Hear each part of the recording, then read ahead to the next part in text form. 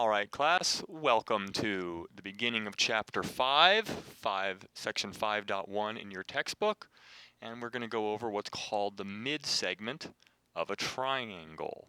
So first, let's define what a midsegment of a triangle is. A midsegment is a segment connecting the midpoints of two sides of a triangle. So looking at that diagram down below, if D is the midpoint of AC, and E is the midpoint of BC, so then DE is going to be the midsegment as we've just defined, then two things are the case. The first is that the midsegment is parallel to the base of that triangle. So in this case, DE is parallel to AB.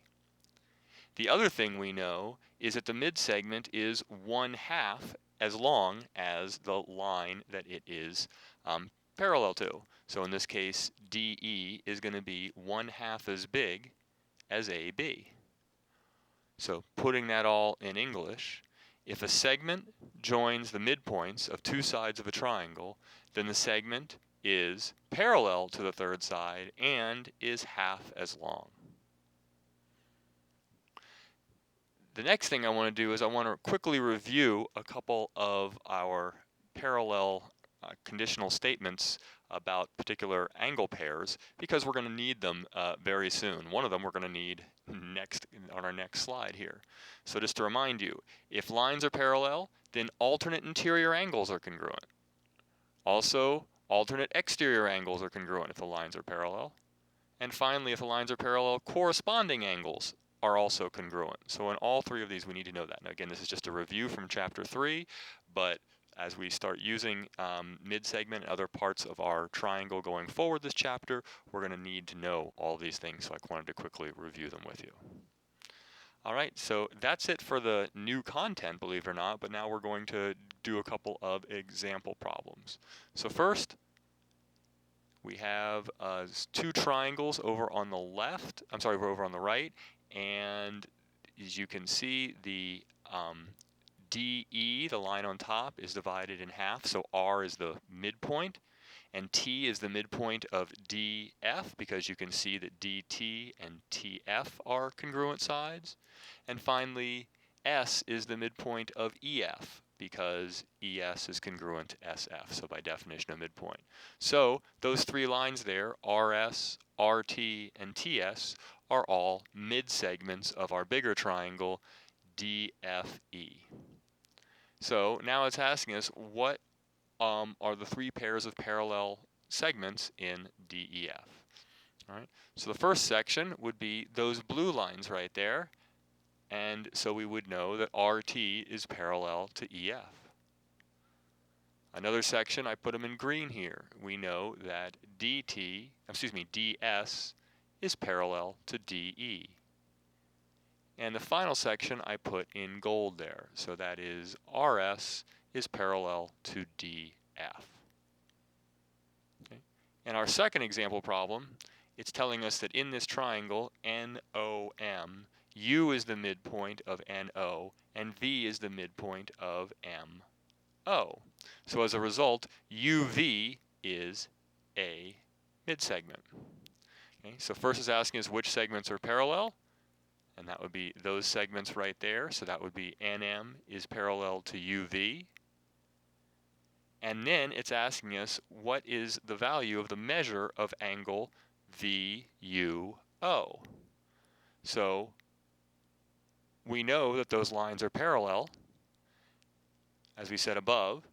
Therefore, angle VUO, the one we're talking about, and MNO, that one that is 65 degrees, are parallel because, I told you last slide we were reviewing it, because those angles are corresponding. And if lines are parallel, then corresponding angles are congruent. All right? So if they're congruent, then we know that if MNO, the measure of MNO equals 65, then by definition the measure of VUO is 65, because they are corresponding angles, which means that they are congruent, and congruent angles have the same measure. Moving on to our next problem, it tells us that in this big triangle QRS, T, U, and B are the midpoints. So again, they're going to create a bunch of mid-segments. And it's asking, what are the lengths of these various mid-segments?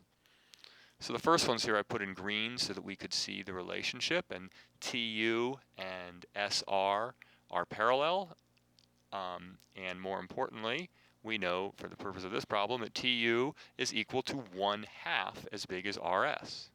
Okay? Well, we know that RS is 40 from our problem. So if I just multiply that out, half of 40 is 20. So we know that TU in this example is 20. Okay? The next ones I looked at were blue. You can see here this UB is the mid-segment and QS is the line that is parallel to it in the triangle.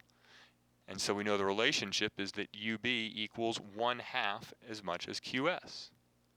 So multiply that out, and we know that QS just through substitution is 50. Multiply it out, and we get that UB is 25. The final one we're doing are the ones in orange. And again, what I know is that TB is the mid-segment, so TB equals 1/2 of QR. So I can plug in the value of 30, and so 30 equals 1/2 of QR. But I don't want what 1/2 of QR is, I want all of QR. So I need to multiply QR by 2, because I multiply 1/2 by 2, that will cancel. But I can't just multiply the right-hand side of my equation by 2, I need to multiply the left-hand side of my equation by 2 as well. So if I do this out, as I said, the 1/2 and the 2 cancel, so on the right-hand side I'll have QR, and on the left-hand side I'll have how big QR is, which is 60. So it is, QR is 60. In the final example problem we have, we can use this in a word problem to try to find out, in this case, the length of a bridge.